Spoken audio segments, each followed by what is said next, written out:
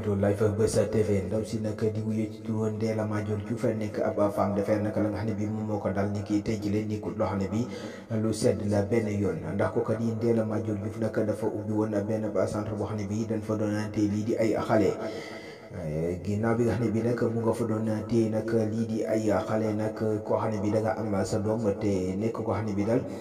danga bari ay activité da nga fay yóbbu sa doom ngir ñu daal di koy saytul lii di ak wér-gi-yaram ak lekkam ba fekk muy toll ci yenn at yi leen kooku di Ndella Madior Diouf nag ni ki tey ji lee dañoo gis benn ndaw wax ne bi daal dafa dem foofale mais nag dafa yóbboon na nga xam ne bii mooy doomam ngir ñu daal di ko fay téye xale ba nag ak nan ko wone xale ba nag dafa feebar lool sax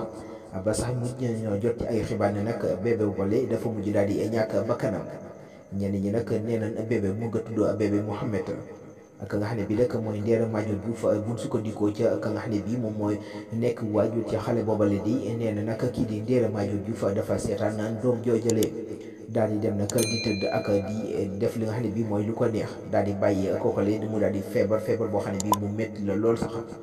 ginnaaw bi nag ci lan mujjee jot ay xibaar ne nag xale ba nag dafa mujj daal di ñàkk bakkanam mais daal la nga xam ne bii moom moo ci am mooy nanu gisee kii di xale ba daal ak na ma nga xam ne bii noonu la mel te yaayam nag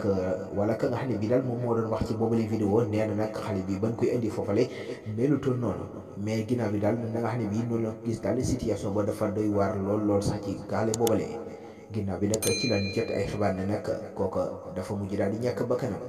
lu ci bandi doon daal dinañ leen ko gën a toppal ba xam Ndella Madior Diouf naka lay mujjee ak